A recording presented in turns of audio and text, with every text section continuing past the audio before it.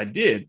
And so what would happen is every time I got that check, I would just start spending money, $5 here, $10 there, whatever. And every time the same thing happened. I would always run out of money and I'd be like 5 days away from getting paid again. And I'll be mad at myself because I wouldn't know where all the money went. And that was pretty much because I had some sort of weird, maybe it was a spending addiction. Like that is a real thing. So here's what I did. This allowed me to be successful economically without changing who I was. I found it was knowledge itself. I always talk to you guys all the time. I know I probably sound like, like, I don't know, some Zen hippie Buddhist or something when I talk about all these spiritual and emotional aspects of investing. But I think that's really important. So, because a lot of things start with knowledge itself.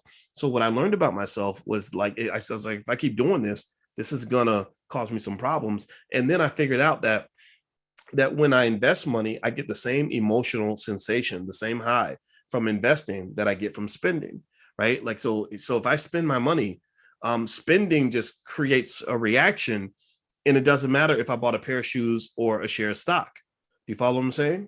So what I did was, instead of being a spendaholic, I just became an investorholic, and I probably still am. It's kind of weird talking about yourself in that way, but literally, I just love to invest. I get money and I'm thinking, ooh, I can't wait to buy more stock, or I can't wait to buy more, whatever. I went to Atlanta just this weekend. I was like, and we were looking at real estate. I was like, oh, let's get some real estate.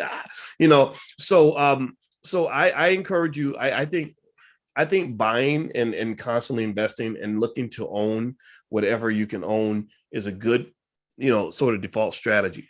People tend to sell their stocks for maybe two or three reasons. One would be for what they call liquidity reasons, right? I just need the cash. I'm about to make a move. I'm about to buy a car, go on a vacation, whatever. Like, I need the cash. Or I got bills to pay. I lost my job and I got to pay some bills. Fine.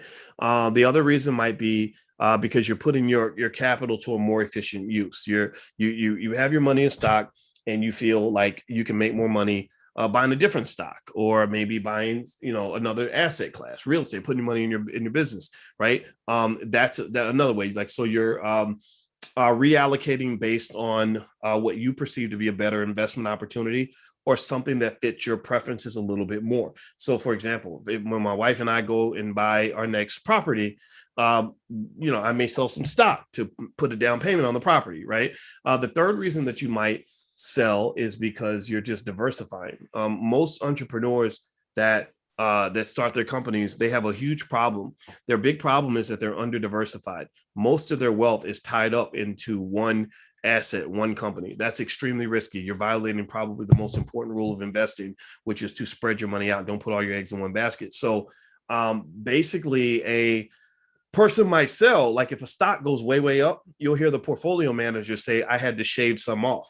And what they're saying is that as portfolio managers, they have rules and laws that pretty much say they can't have more than X% of a certain stock. So they might have a rule that says, look, I can't have more than 5% of my portfolio be in any one particular stock. So when that stock's price went up, it became too big. It became 7% of my portfolio. So I had to sell some and spread it out. And also, most entrepreneurs, when their companies go public, first thing they do is they start selling, and they're not selling because they think the company is going to go bad. They sell because they're like, I'm at a huge risk right now because everything I own is tied up in this company. So never get in a position where everything you own is tied up into one venture. That is a recipe for disaster. That means if something happens to that one company, you're kind of done, and you don't want to. I don't think that's a safe, comfortable place for anybody to be. Let me see the next question here. And by the way, for those who just came in, if you want me to, I'm answering questions that were submitted in advance. If you want to submit your questions in advance, just log in at theblackstockmarketprogram.com, theblackstockmarketprogram.com. Also, if you can't make it to class, every class we do is recorded, so you can log in and you can literally just watch them one by one. There's enough stuff to keep you busy for the rest of your life.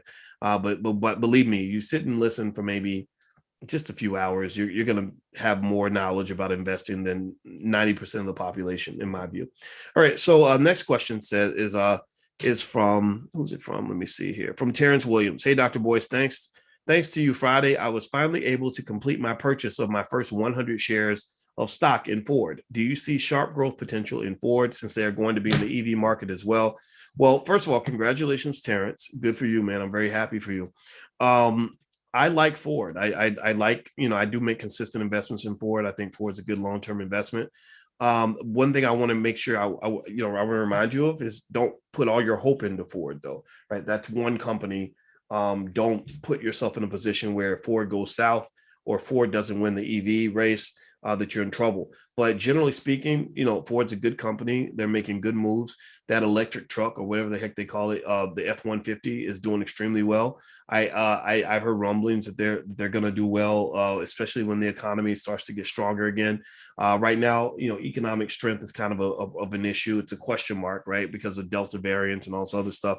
And Ford is one of those companies that will probably benefit as the economy gets stronger. All right, so Terrence says Nestle seems to be doing steady after the massive recall of DiGiorno Pizza. Do you think that they're still a good company for long-term investing? I like Nestle. Nestle is Nestle is a company that has a little bit of volatility, but they're just so solid and so spread out and so well diversified that they have what is called a large economic moat. It's very difficult for any company to really do what Nestle does because Nestle's just so gangster and powerful and spread out throughout the world. So, you probably won't hear about Nestle going bankrupt. I don't think so. Let me see here. I haven't heard you talk about buying the new stocks that come on to the market when they're extremely cheap, $100 stocks. Yeah, I'm not a big believer in penny stocks. I don't really.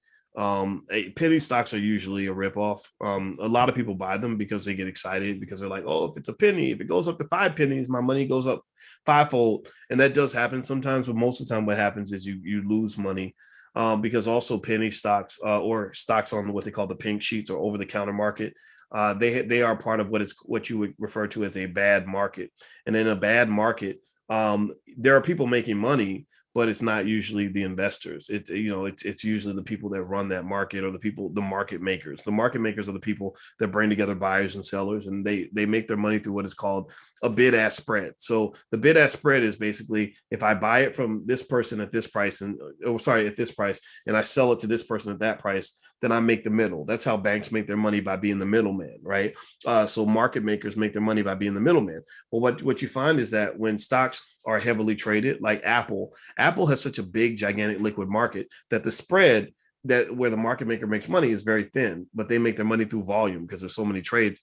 Whereas with penny stocks, the spread gets real big and it gets real clunky. So you end up basically being in a situation where you lose what is called liquidity. Liquidity is extremely important in investing because liquidity is the ease with which you can convert that asset back into cash without taking on a huge penalty or a big loss in price.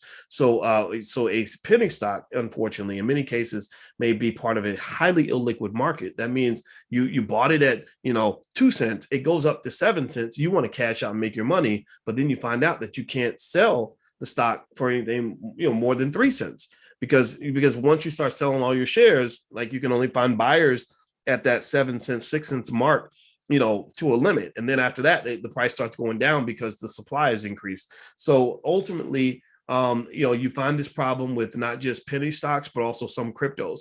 I knew a guy who bought a cryptocurrency for really cheap, $2 or something, and the price goes up to like 27 or something. So he's all happy. He tries to go sell it. Well, guess what? He can't sell it. He wasn't able to sell it because there were no buyers on the other side to take the asset at the price that he was offering it for. So you just got to kind of be really careful with that and make sure that you don't put yourself in a position where you're going to be stuck. All right. So let me see here. All right. So one of the things that let me read the next question. This is submitted by Eric Davis. Eric Davis says, hello, good life. I'm invested in 2 ETFs with the ticker CHIE and CHIQ. Both are in China linked market investments. I would like to know your thoughts. I don't mess with a lot of China stuff. I feel like China is just a place most of us don't quite understand. Their economic ethics are a little bit different from what they are in the United States. Like they don't particularly view like intellectual property rights the way we do in the United States. And I'm just kind of I kind of feel like China, the government is that unknown variable that's just coming in and messing everything up. Like China, to me, it reminds me of like trying to date a woman with an insane baby's daddy who might pop up at any moment with a gun, like, and, or, like the minute you got something going and something is working, you're like, okay, the kid doesn't have a daddy. I'll be the daddy. And then the baby daddy just pops in and says, I want to see my child. Right. You can't plan around stuff like that. So don't marry anybody that has a crazy baby daddy or baby mama, right? Because that just messes everything up. Well, China's like that. China's exactly like that.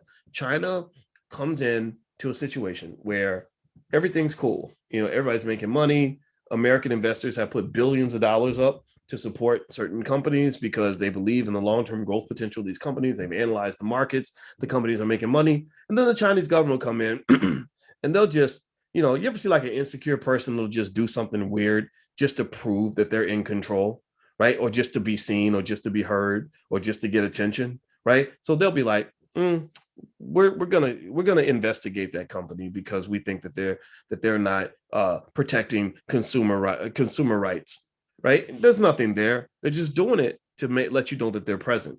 And then what happens is that the stock price ends up plummeting because now you've introduced uncertainty into the model. The crazy baby daddy showed up with the gun, and he ain't gonna shoot nobody, but he just lets you know that he's in control. Nobody wants to date or be in a situation like this. So American investors have stopped dating Chinese companies because the government has become the crazy baby daddy, and they've disrupted so many industries. They literally, I told you guys about that company. I'm not going to talk about it again because that story, it triggers me because it made me so mad. But I'd invest in a Chinese educational company called Tekadu. I told you guys about it when I invested in it. It was a hell of an investment. It was making crazy amounts of money. And then suddenly China just says, we think these educational companies are harmful to children. So we're thinking about nationalizing the industry. Like we're thinking about just taking over all the companies and just getting rid of all their investors. And so suddenly that stock price drops from like $31 to like $3, right? Just like that. And so when this all happened, and it happened 2 or 3 times, it got to the point where a lot of people, even Kathy Wood, who's a big believer in a lot of Chinese tech companies, started to back off a little bit. So if you invest in China, that's fine. And there's nothing wrong with having some exposure there, but do not get overweighted in a place like that, or really anywhere.